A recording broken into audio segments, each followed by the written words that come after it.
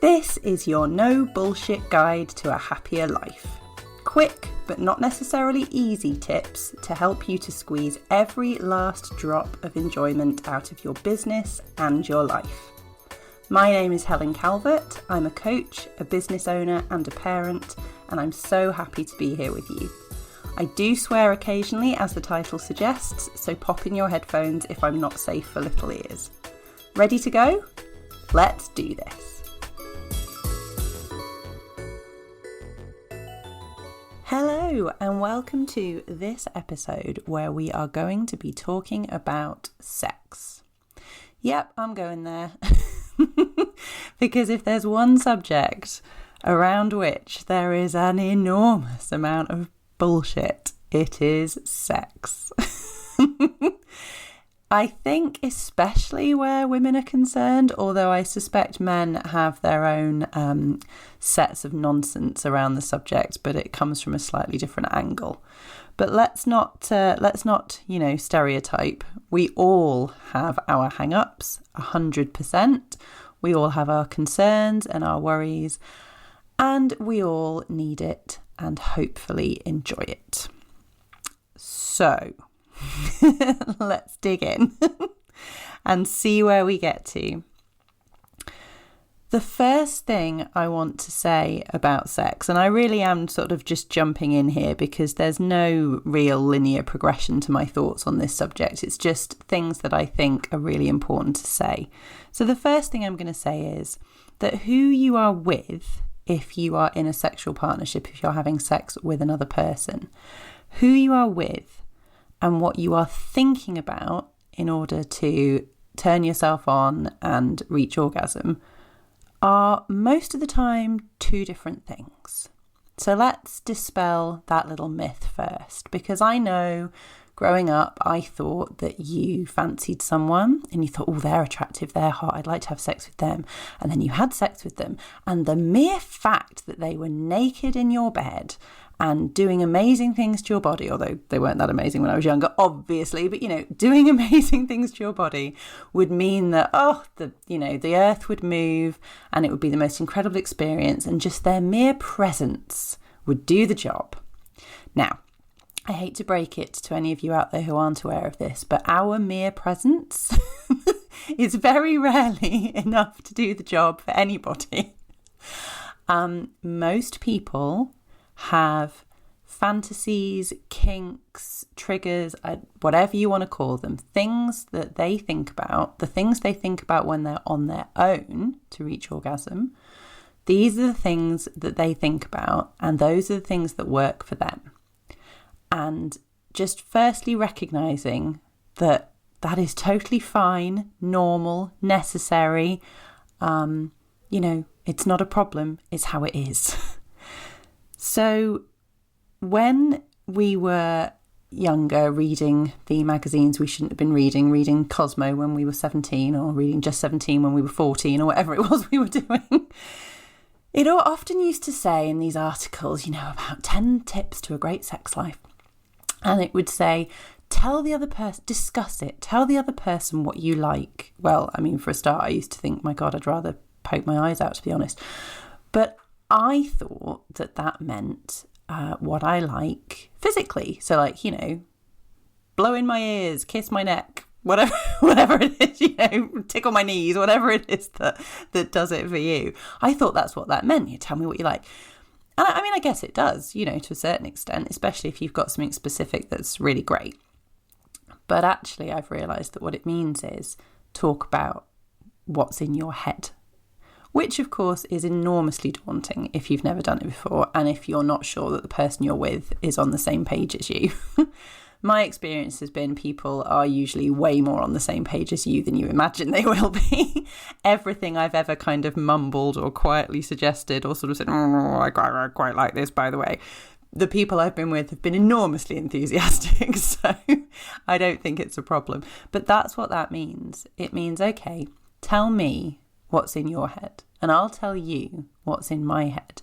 And then instead of us both being in our own heads, pretending that we're not, how about we help each other with those thoughts? This doesn't have to lead, don't panic, this doesn't have to lead to some appallingly cheesy role play scenario where somebody says, well, I like to think about this, that and the other. And you think, oh my God, does that mean that's what I have to do? I mean, feel free, feel free. Go as far with it as you want. But you absolutely don't have to reveal some kind of kink or fantasy and then buy the costume and make the movie. Sometimes just talking about it in the moment, talking about it at other times, finding things that the other person will like. Once you know somebody is into a particular thing or theme or visual or whatever, you find a picture of that or something that they'll like, you share that with them. I mean, that's so intimate, that's just so intimate. Helping somebody else with their fantasies, with what does it for them, and being a part of it. So not only are you the person they want to be with physically, but you're also the person they want to be with intimately and, I guess, fantastically, in the sense of the word fantasy. It'd be fantastic anyway. And texting can be amazing if you are a little nervous, which we all are. I mean, if you're out there and you can just turn to the person next to you and go, by the way, I've had this new fantasy, and describe it from top to bottom, I mean, fair play to you, because I cannot do that. I generally find that sending a text is the first step. I can say things in writing that I find hard to say verbally. So that can be fantastic, sending text messages, testing things out, in a message written down, and it gives the other person a chance to respond in a way they would want to as well. Because if somebody comes up to you and goes, if they've never discussed this stuff before, and then they suddenly say, oh, I've had a long-standing fantasy about having sex in the car, and the other person kind of goes, oh my God, my car? Like, you don't want someone to respond in the wrong way, because that can cause more problems. So if you send a text message, it gives the other person a chance to have their reaction, then think it through, then respond with something helpful, like, that sounds really interesting. I'd love to explore that more with you. I'll buy some seat covers. So it can be a nice way to help everyone get into the idea of discussing these things using texts. It's important to remember as well that fantasies, well, I was going to say they don't mean anything. They do mean something, but they don't mean what's on the surface. There are generally themes to fantasies.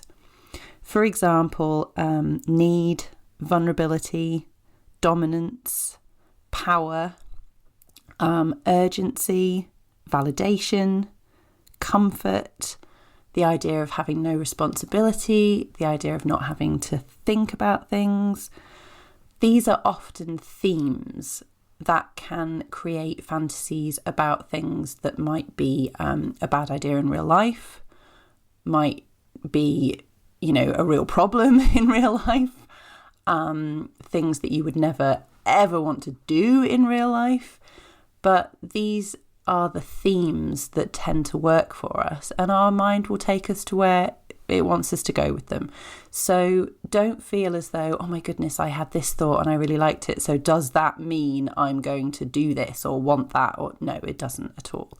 It means that there is a theme that works well for you, and in the privacy of your own head, or just in the intimacy of a discussion with a partner, you can explore that. It does not mean that you're going to go and join a dogging club. Feel free if you want to, but it doesn't mean anything.